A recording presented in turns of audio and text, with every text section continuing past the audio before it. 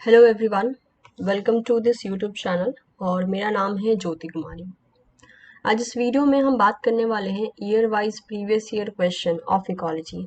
Okay, तो इस month में जो है मैं इकोलॉजी के ईयर वाइज क्वेश्चंस को डील करवाऊंगी। स्पेसिफिकली ऐसे क्वेश्चंस मैंने पिक किए हैं जो कुछ ना कुछ एक अच्छे कंसेप्ट को भी कवर करते हैं।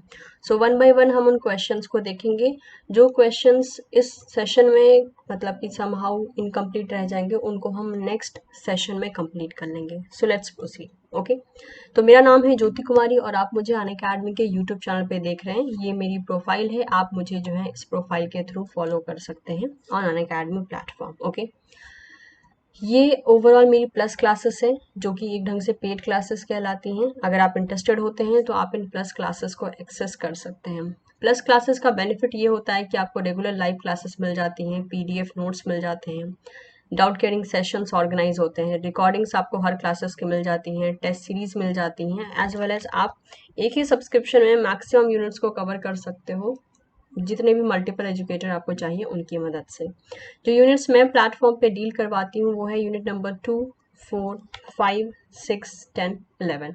ये 6 यूनिट्स को मैं डील करवाती हूँ। अक्टूबर के मंथ में मेरी 2 यूनिट स्टार्ट हो रही हैं। First is cell biology and second one is cell signalling. Okay, तो अगर आप इंटरेस्टेड होते हैं तो इन क्लासेस को आप ज्वाइन कर सकते हैं। अपार्ट फ्रॉम दिस मेरे जितने भी बैच क्लासेस चल रही हैं आप उन्हें भी ओवरऑल एक्सेस कर सकते हैं। और इतना ही नहीं, जो स्पेशल क्लासेस चलती हैं अनअकैडमी के प्लेटफॉर्म पे आप उन्हें भी अटेंड कर सकते हैं। और ये जो स्पेशल क्लासेस हैं वो फ्री क्लासेस कहलाती हैं। सो मेक श्योर अगर आप सब्सक्रिप्शन लेने में इंटरेस्टेड होते हैं तो you can use the code Jyoti के लाइव। ये कोड आप यूज़ कर सकते हैं। ये कोड आपको 10% का डिस्काउंट दे देगा। और इन केस अगर ये कोड काम नहीं करता है तो आप जो है JYOTI ये कोड भी इस्तेमाल कर सकते हैं। ठीक है, सो लेट्स प्रोसीड। तो आज का पहला क्वेश्चन है जो कि हमने वेरी ऑब्वियस 2020 से लिया है, यानी CSIR 2020 से लिया है, जो हमारा लास्ट अटेम्प्ट था। क्वेश्चन में बोल के रखा है identify the plot that depict the change in metabolic rate of an endotherm with respect to the change in the environmental temperature. 4 option आपको दिए गए हैं। ठीक है, तो मैं थोड़ा सा वेट करती हूँ, तब तक आप इस क्वेश्चन के अकॉर्डिंग जो है अपना आंसर कमेंट सेक्शन में दे सकते हैं।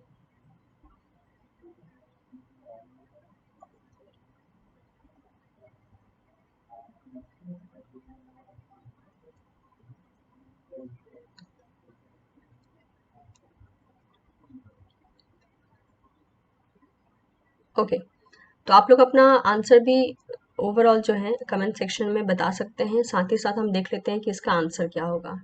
तो अगर आपका समहाउ जो है आपने थर्ड ऑप्शन सेलेक्ट किया है तो आप बिल्कुल सही हैं। देख लेते हैं क्वेश्चन में क्या बोल के रखा है। Identify the plot that depict the change in metabolic rate. Metabolic rate में कौन सा ग्राफ चेंज दिखा रहा है in case of the endothermic organism with respect to the change in the environmental temperature. Environment का जब टेम्परेचर चेंज होता है तो उसके साथ एंडोथर्म का मेटाबॉलिक रेट कैसे कैसे चेंज होता है। तो जो ग्राफ आपको थर्ड नंबर पे दिख रहा है that is the correct representation for the endotherm. ठीक है, जैसे कि इनका मेटाबॉलिक रेट जो है समहाउ हाई कब देखा जाता है, आप देख सकते हैं जब इन्वायरमेंटल टेम्परेचर लो होती है, क्योंकि ताकि ये अपनी बॉडी का टेम्परेचर मेंटेन कर सके, इसके लिए इनका मेटाबॉलिक रेट हाई हो जाता है। लेकिन जब एक्सटर्नल टेम्परेचर आप देख सकते हैं लगभग आप कह सकते हो 25 से 35 के बीच में है, तो एक ढंग से ये जो ओवरऑल मेटाबॉलिक रेट होता है वो कांस्टेंट चलता है, क्योंकि ये वही टेम्परेचर होता है जो मेनली बॉडी का वैरी करता है, दैट इज 37, इसी के बीच में चला आता है। एंड आफ्टर दैट अगर टेम्परेचर ज़्यादा हो जाता है तो समहाउ जो है हमें हमारी बॉडी से एक्सेस हीट को भी रिलीज करना पड़ता है, जिसके लिए अगेन हमें जो मेटाबॉलिक रेट होता है उससे हाई करना पड़ता है। तो एंडोथर्मिक ऑर्गेनिज्म में ये केस देखा जाता है। तो that is what mention here कि हमारा ऑप्शन जो है थर्ड यहाँ पर सही हो जाता है। So endotherm generate most of the heat they need internally.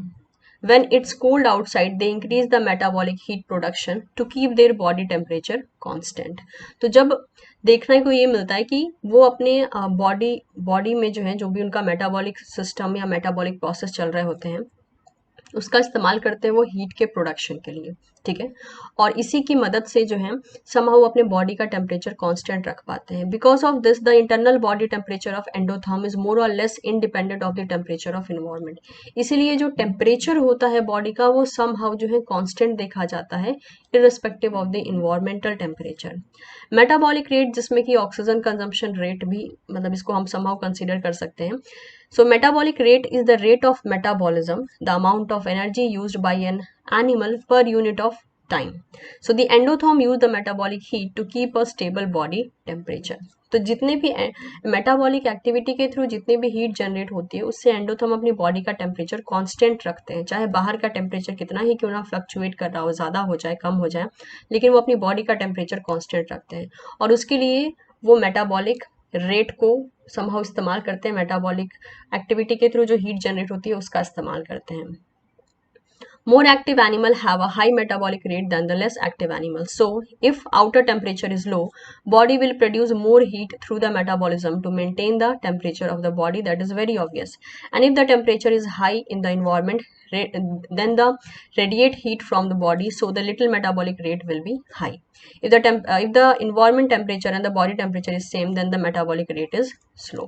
तो इस ढंग से एंडोथर्म के लिए हमें ये ग्राफ मिल जाता है और एक्टोथर्म के लिए हमें ऐसा कुछ ग्राफ मिल जाता है, क्योंकि एक्टोथर्म में हम ये देखते हैं कि ऑर्गेनिज्म जो है अपनी बॉडी के टेम्परेचर का फ्लक्चुएशन करवाते रहते हैं according to their external environment. Okay, तो ये हो गया आपका आंसर थी एज वेल एज इसका एक्सप्लेनेशन।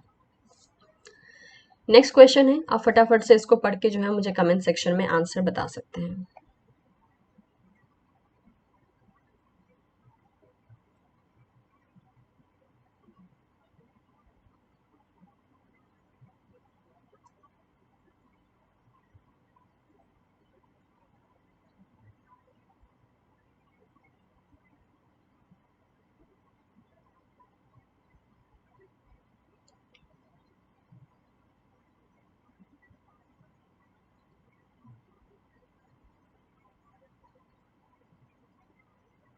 लेट्स सी, क्वेश्चन में बोला है in a population showing the exponential growth per capita growth rate will be.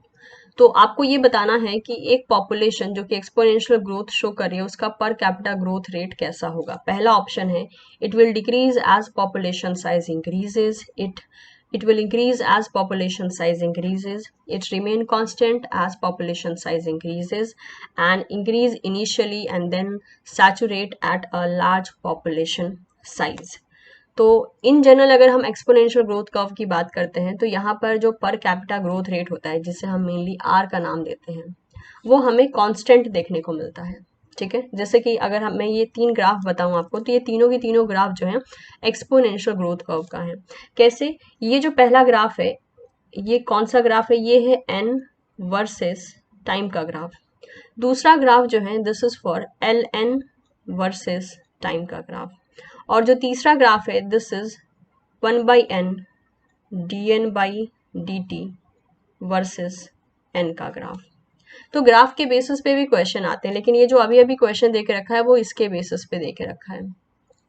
तो ये 3 ग्राफ की मदद से जो है हम एक्सपोनेंशियल ग्रोथ कर्व को शो करते हैं। इन जनरल की बात करें तो जनरल बेसिस पे हम ये ग्राफ इस्तेमाल करते हैं, लेकिन अगर इसी को हम लॉन के फॉर्म में एक्सप्रेस करना चाहें तो हम इस तरीके से एक्सप्रेस करते हैं, और इसी को अगर इस रिलेशन के बेसिस पे एक्सप्रेस करना चाहें तो इस ढंग से आता है। अब ये जो थर्ड ग्राफ है वो हमें ये बता रहा है कि अगर वक्त के साथ साथ, ठीक है, पॉपुलेशन जो है अगर एक्सपोनेंशियल ग्रोथ कर्व भी शो कर रही है तो वक्त के साथ साथ और डेंसिटी बढ़ने के साथ साथ जो है आर समहाउ कांस्टेंट देखा जाएगा। तो यही कुछ यहाँ पे भी मेंशन करके रखा था कि पर कैपिटा ग्रोथ रेट क्या होगा। तो it will remain constant as population size increases, क्योंकि एन क्या होता है, एन होता है पॉपुलेशन साइज, जिसे हम डेंसिटी का भी नाम देते हैं। तो देखिए ये तो आगे की तरफ बढ़ रहा है, लेकिन ये जो आर है जिसको हम कहते हैं पर कैपिटा ग्रोथ रेट, ये तो एज इट इज ही प्रेजेंट है ना, ये तो आप देख सकते हैं कांस्टेंट बेसिस पे चल रहा है, राइट। तो इसी चीज के बारे में यहाँ पूछा था, दैट इज वाई हमारा थर्ड ऑप्शन यहाँ पर करेक्ट हो जाता है। लेट्स सी नेक्स्ट क्वेश्चन कौन सा है। ओके, अगेन नेक्स्ट क्वेश्चन काफी ज्यादा बढ़िया है, आप इस क्वेश्चन को पढ़िए, मुझे कमेंट सेक्शन में बताइएगा, उसके बाद मैं इस क्वेश्चन को डिकोड करती हूँ।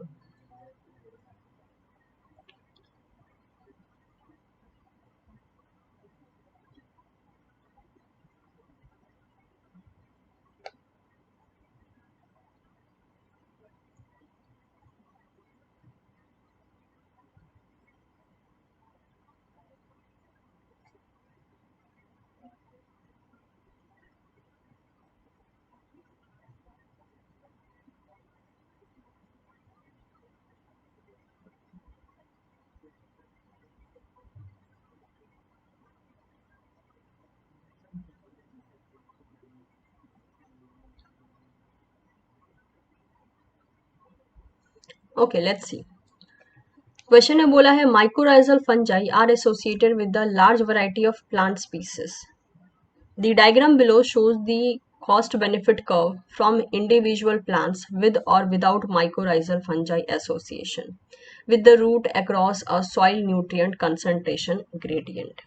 तो यहाँ पे जो है दो ग्राफ दे के रखा है। ये जो सॉलिड लाइन है, सॉलिड लाइन आपको बता रही है कि प्लांट को जब बिना माइक्रोराइजल फंजाई के ग्रो किया गया तो उसका ग्रोथ जो है समहाउ प्लांट का साइज इतना हो रहा है, लेकिन जब प्लांट को माइक्रोराइजल फंजाई के साथ ग्रो किया गया तो उसका ग्रोथ इतना हो जा रहा है, मतलब इतना कम हो गया, राइट। इनिशियली जो ग्रो कर रहा था वो इस पॉइंट पे था, अब इस पॉइंट पे आ गया, मतलब इतना ग्रोथ कम हो गया as compare to the original one. आपको बोला है which of the following option best describe the association between the plant and mycorrhiza when soil nutrient concentration are high. आपको बताना है इस ग्राफ के बेसिस पे जो है हम कौन सा रिलेशन यहाँ पर समहाउ प्रेडिक्ट कर सकते हैं। तो देखिए, माइक्रोराइजल फंजाई का नाम सुनते ही जो है दिमाग में आता है एक रिलेशन जिसे हम कहते हैं म्यूचुअलिज्म। लेकिन हमको ये पता है कि म्यूचुअलिज्म में ऐसा कुछ सिनारियो देखने को मिलता है कि मान लीजिए कोई प्लांट अगर पहले से ग्रो कर रहा है, जितना भी ग्रोथ शो करता है, अगर मैं उसको माइक्रोराइजल फंजाई के साथ ग्रो करवाती तो वो अपना ग्रोथ पहले के मुकाबले ज़्यादा कर देता, ना कि कम कर देता। तो यहाँ पे देखिए ये इतना जो है रिटार्ड हो गया है growth. So that is a indication कि शायद यहाँ पे म्यूचुअलिज्म नहीं हो रहा है, क्योंकि म्यूचुअलिज्म एक ऐसा रिलेशन है जहाँ पर दोनों को बेनिफिट हो रहा होता है। ऑल्दो इस ग्राफ में सिर्फ एक ही के बेनिफिट के बारे में बोला गया है, लेकिन प्लस प्लस का भी तो रिलेशन नहीं दिख रहा है, मतलब प्लांट को फायदा हो रहा है ये तो यहाँ दिख नहीं रहा है, उल्टा इसका ग्रोथ जो प्लांट का साइज है वो रिटार्ड हो गया है। तो हम ये कह सकते हैं कि म्यूचुअलिज्म तो नहीं होगा। कंपटीशन में जो है नेगेटिव नेगेटिव का रिलेशन होता है, यहाँ पे और कुछ ऐसा है नहीं जिसकी मदद से हम इसको कंपटीशन कह सके, क्योंकि हमें कुछ भी मेंशन नहीं है कि ये किसी किसी चीज़ के लिए compete कर रहे हैं या नहीं कर रहे हैं। कमेंसलिज्म की बात करते हैं तो यहाँ पे प्लस और ज़ीरो का रिलेशन होता है, तो सीधी सी बात है यहाँ पे ये भी चीज़ समझ में नहीं आ रही है कि ये प्लस और ज़ीरो का रिलेशन है। लेकिन एक चीज़ ज़रूर समझ में आ रही है कि शायद may be it is a relation of the parasitism, जो कि पॉजिटिव एंड नेगेटिव का रिलेशन होता है, क्योंकि हमें ये तो दिख रहा है कि यहाँ पर प्लांट का लॉस हुआ है, लेकिन शायद फंजाई का यहाँ पे फायदा हुआ है अपने होस्ट को अटैक करके। तो यहाँ पे जो माइक्रोराइजल फंजाई है might be it is not the friend of that plant, और it is not it is not going to somehow give a positive impact. तो वी कैन से कि जो ग्राफ का ओवरऑल स्टेटस है it is somehow indicating toward the parasitism, right. तो हम जो है इस क्वेश्चन के लिए फर्स्ट ऑप्शन को सेलेक्ट करते हैं।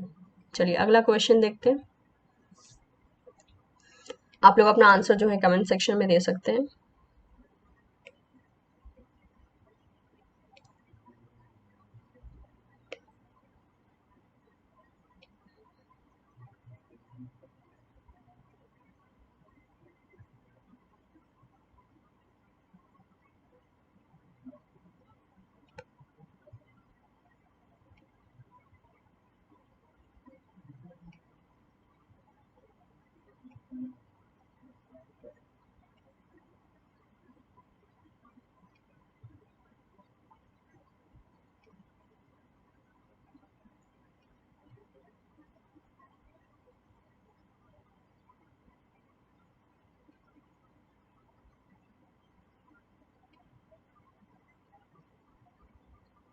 Okay, let's see. A population of crickets invading a new grassland showed a population growth pattern as shown in the figure.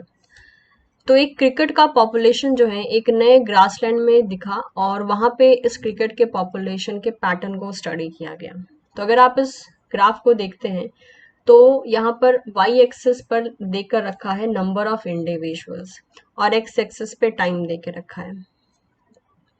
Following is the list of potential interpretation, कुछ यहाँ पे interpretation दिए गए हैं। आपको क्या करना है, which one of the following options or combination of options can correctly explain the cricket growth pattern. यहाँ पे कौन सा ऐसा कॉम्बिनेशन ऑफ ऑप्शन है या ऑप्शन है जो कि हमें सही सही बता पा रहा है क्रिकेट के ग्रोथ पैटर्न के बारे में। तो अगर हम यहाँ पर ओवरऑल ग्राफ को अगर देखते हैं तो सबसे पहले हम ऑप्शन को पढ़ते हैं, फिर हम इससे मैच करते हुए चलेंगे। पहला है environment is damage due to the population over shooting its game. जिस इन्वायरमेंट के लिए ये ग्राफ दे के रखा है, ये इन्वायरमेंट में डैमेज हो चुका है क्योंकि पॉपुलेशन के को क्रॉस कर गई है। के इज व्हाट? के इज द कैरिंग कैपेसिटी को क्रॉस कर गई है। तो जरा अगर हम ध्यान से देखें तो एक स्टैंडर्ड पॉपुलेशन क्या कहती है कि कोई भी इंडिविजुअल अपने इन्वायरमेंट के कैरिंग कैपेसिटी के अकॉर्डिंग ही ग्रो करता है। कैरिंग कैपेसिटी पे पहुंचते ही पॉपुलेशन स्टेबल हो जाती है। इसीलिए हमें अगर एक ग्राफ की बात करें, मान लीजिए ये ग्राफ है और ये है पॉइंट कैरिंग कैपेसिटी का, तो भले ये ग्राफ कितनी ही तेजी से क्यों ना बढ़े, लेकिन जैसे ही ये के पास पहुंचती है ये इस तरीके से स्टेबल हो जाती है, क्योंकि उतने ही नंबर ऑफ इंडिविजुअल को वो इन्वायरमेंट एकोमोडेट कर सकता है। लेकिन अगर आप ध्यान दें तो यहाँ पे जो पॉपुलेशन है वो के को भी बहुत ज्यादा ऊपर तक क्रॉस कर चुकी है, मतलब के को क्रॉस करके और भी बहुत ज्यादा ऊपर गई है, मतलब कि नंबर ऑफ इंडिविजुअल यहाँ पे के को भी ओवर शूट कर चुके हैं। तो इस वजह से क्या हुआ है? इस वजह से वेरी ऑब्वियसली इन्वायरमेंट बहुत बुरे तरीके से डैमेज हुआ है। तो क्या ये बात सही है? तो ये फिलहाल में इस पर्टिकुलर ग्राफ के अकॉर्डिंग तो ये स्टेटमेंट सही लग रहा है, राइट? तो वी कैन से कि yes this statement is true. Next देखते हैं, the resource did not recover and population died out. जो रिसोर्स का डैमेज हुआ जब क्रिकेट के पॉपुलेशन ने ओवर शूट किया के को, तो वो रिसोर्स कभी भी रिकवर नहीं हो पाया और सारा पॉपुलेशन का डेथ हो गया। अगर ये सारा पॉपुलेशन का डेथ हो जाता और रिसोर्स रिकवर नहीं किया जाता तो डेथ होने का मतलब है कुछ यहाँ चला आता शायद, ठीक है। लेकिन क्योंकि ये पॉपुलेशन यहाँ पे आया है और उसके बाद देखिए ये इसने अपना कांस्टेंट जो नंबर है वो मेंटेन कर लिया है, यानी नंबर ऑफ इंडिविजुअल जो है अब जो कांस्टेंट चल रहे हैं वो इतने हैं। और जब इतने इंडिविजुअल हैं तो सीधी सी बात है यहाँ पे रिसोर्स के बिना तो रहेंगे नहीं, राइट? यानी जो भी रिसोर्सेस का लॉस हुआ है उसको समहाउ जो है रिकवर जरूर किया गया, और यहाँ पे इन्होंने बोला है नॉट रिकवर, जिसकी वजह से ये स्टेटमेंट क्या हो गया? फॉल्स। थर्ड देखते हैं क्या बोला है, carrying capacity is lower due to the shift in the environmental condition. जो नई कैरिंग कैपेसिटी है वो लो हो गई है क्योंकि इन्वायरमेंट का कंडीशन जो है उसमें शिफ्टिंग चला है। वेरी ऑब्वियसली डैमेज हुआ है, इतने सारे क्रिकेट का पॉपुलेशन एक इन्वायरमेंट में था, वो भी कैरिंग कैपेसिटी से ज़्यादा था, तो ऑब्वियसली इन्वायरमेंट में डैमेज हुआ होगा, राइट? बोला है इसकी वजह से उस इन्वायरमेंट की कैरिंग कैपेसिटी कम हो गई, अब बहुत वो कम नंबर ऑफ इंडिविजुअल को एकोमोडेट दे सकता है। तो क्या ये बात हमें ग्राफ से समझ में आ रही है? बिल्कुल आ रही है। पहले का के कहाँ था? यहाँ था। अब जो न्यू के है, नया कैरिंग कैपेसिटी, वो यहाँ चला आया है, लो हो गया है, राइट? ये पॉइंट चला है, पहले ये था, तो इतना लो हो गया है। क्यों लो हुआ है? क्योंकि इन्वायरमेंटल कंडीशन के कारण, यानी सी स्टेटमेंट भी क्या हो गया यहाँ पे? ट्रू हो गया। अब आपसे बोला है कि कौन सा स्टेटमेंट या कॉम्बिनेशन ऑफ स्टेटमेंट सही था for the cricket growth pattern. तो हमारे अकॉर्डिंग तो ए एंड सी जो है करेक्ट था, A and C only. Third option यहाँ पे करेक्ट हो जाता है, and yes of course third option is correct. तो यहाँ पे भी एक्सप्लेनेशन आपको दे के रखा है, environment can get damage due to the greater population as compare to the K, so the K is lower due to the shift in the environmental condition, so currently the new K is this and this one was the old K. Hope it is clear to everyone. Okay, अगला question, और जो आप जो है अपना answer मुझे comment section में दे सकते हैं।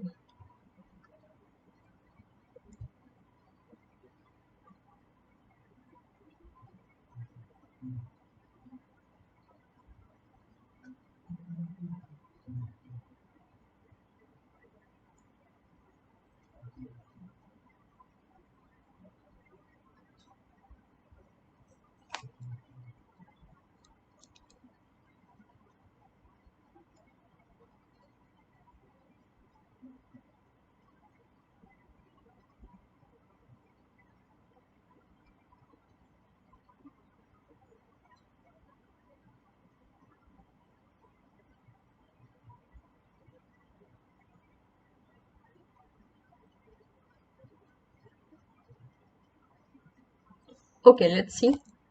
Given below are growth and survivorship curve. यहाँ पे ग्रोथ एंड सर्वाइवरशिप कर्व के बारे में यहाँ पे बता के रखा है, A is the growth curve and B is the survivorship curve. बोला है select the correct combination of growth curve from figure A and the survivorship curve from the figure B given above.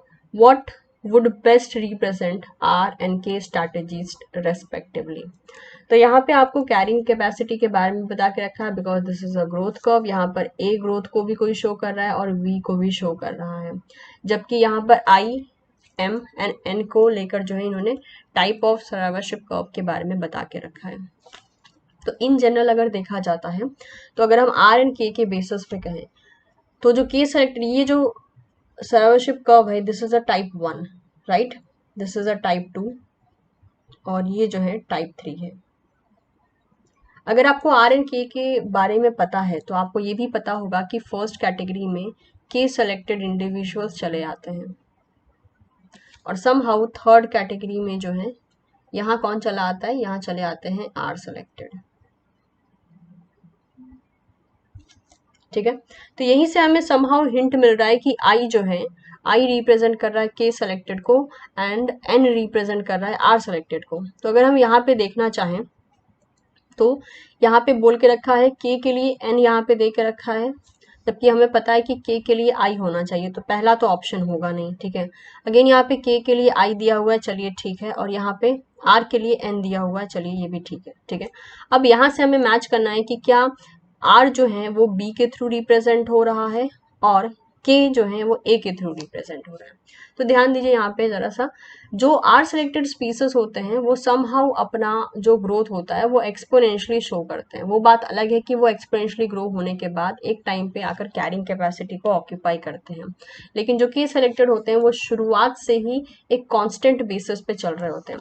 तो अगर आप ध्यान दें तो ए जो dash वाला जो ग्राफ है, देखिए वो कितना एक स्टेबल बेसिस पे चल रहा है, फ्लक्चुएशन हो रहा है लेकिन वो यहीं पे फ्लक्चुएशन शो कर रहा है, ये रहा, राइट।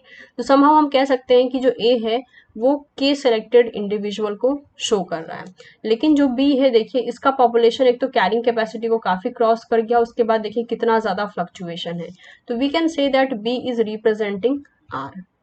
तो इस हिसाब से अगर हम देखते हैं तो आई जो है वो के को बता रहा है, इसके अलावा ए भी के को बता रहा है, जबकि अगर हम बात करते हैं यहाँ पर आर के बारे में तो एन बता रहा है आर सेलेक्टेड को और साथ ही साथ बी बता रहा है आर सेलेक्टेड को, और अगर आप इसको मैच करेंगे तो आपका सेकेंड ऑप्शन यहाँ पर मैच हो जाता है।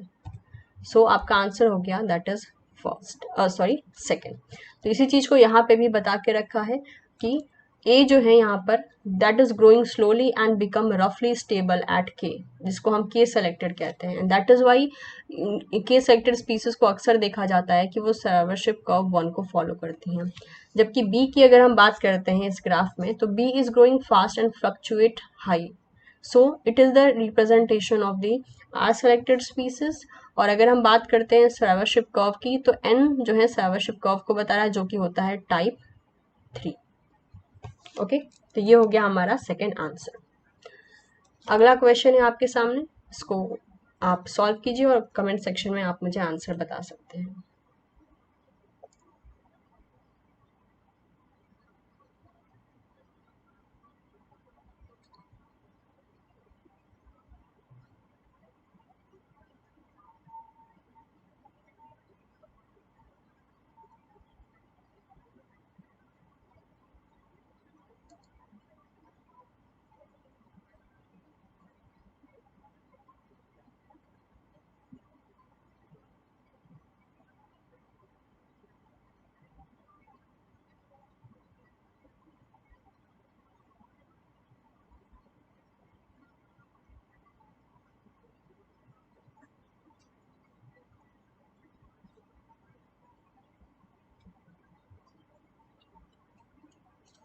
ओके, लेट्स सी।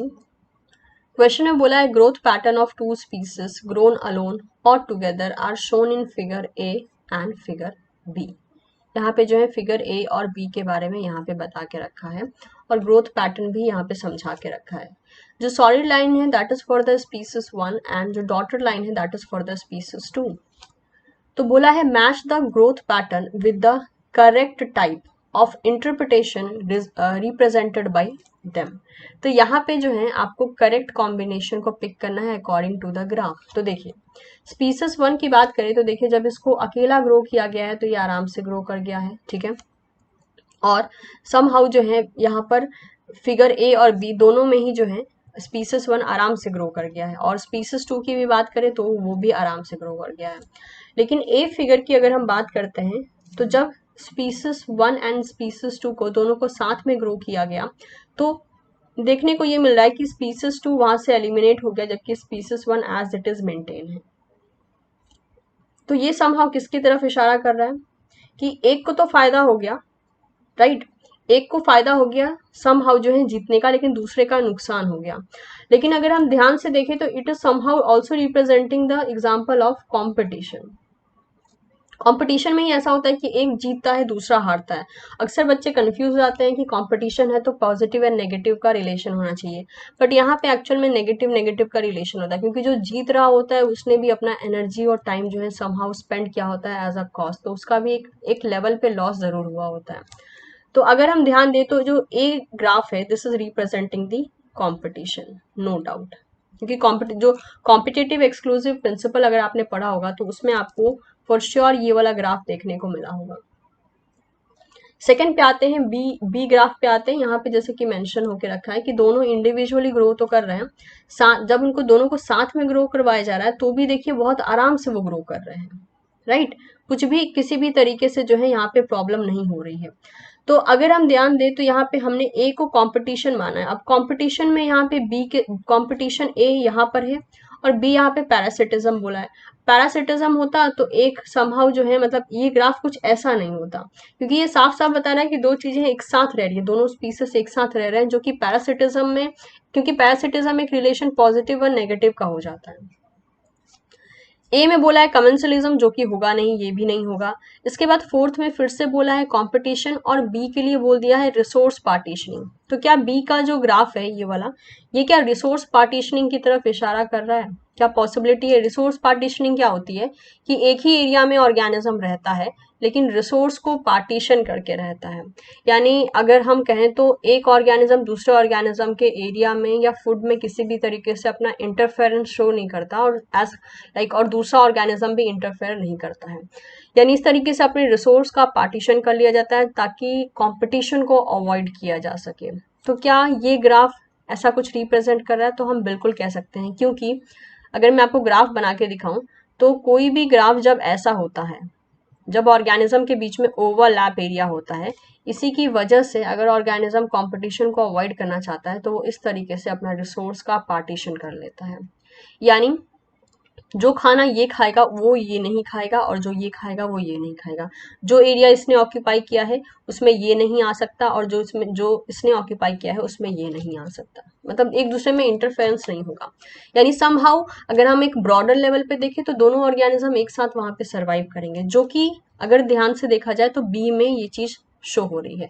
यानी हम कह सकते हैं कि फोर्थ ऑप्शन हमारा यहाँ पर सही होगा, राइट। ओके, तो यहाँ पे हमारा आंसर 4 जो है यहाँ पर सही हो जाता है। इसके साथ जो है हमने इतने क्वेश्चन किए हैं जो कि 2020 में आए हैं, और आप देख रहे हैं कि थोड़े से क्वेश्चन के लेवल में भी जो है चेंजेस आए हैं as compare to the previous year paper. तो ये लास्ट अटेम्प्ट था, मतलब उसके बाद तो एग्जाम हुआ नहीं है, तो 2020 का लास्ट अटेम्प्ट था। इसके बाद ऑब्वियसली वी आर एक्सपेक्टिंग कि 2021 में भी एक एग्जाम कंडक्ट होगा। अब क्या होता है विल सी इट, तो लेट्स सी। तो ये था आज का सेशन, ठीक है। कल अगेन एक और सेशन होगा मेरा, बिल्कुल इसी टाइम पे होगा। इंटरेस्टेड होते हैं तो ज्वाइन कर लीजिएगा। बाकी जो क्वेश्चन रह गए हैं 2020 के, उसे हम अगली क्लास में जो है कवर अप कर लेंगे, ठीक है।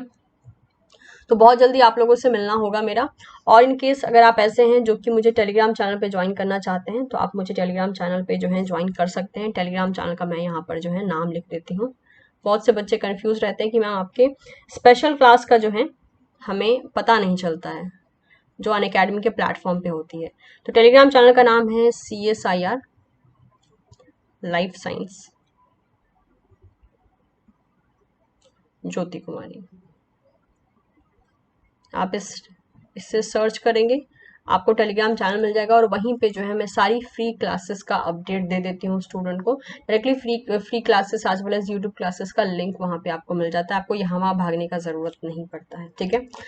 तो ये तो रह गई फ्री क्लासेस की बातें। और इसके अलावा अगर आप प्लस क्लासेस में इंटरेस्टेड होते हैं तो आप प्लस भी ज्वाइन कर सकते हैं 6 मंथ के बेसिस पे, / 12 मंथ के बेसिस पे आप ज्वाइन कर सकते हैं by using the code Jyoti के लाइव या फिर आप ज्योति कोड का इस्तेमाल करके 10% ऑफ लेकर आप जो है सब्सक्रिप्शन ज्वाइन कर सकते हैं और वहाँ पर स्ट्रक्चर बेसिस पे जो है सारे कोर्सेज को कंप्लीट कर सकते हैं। Okay, so thank you so much for joining this session. मिलते हैं बहुत ही जल्द आपसे कल नेक्स्ट वीडियो में। Thank you so much everyone and keep learning.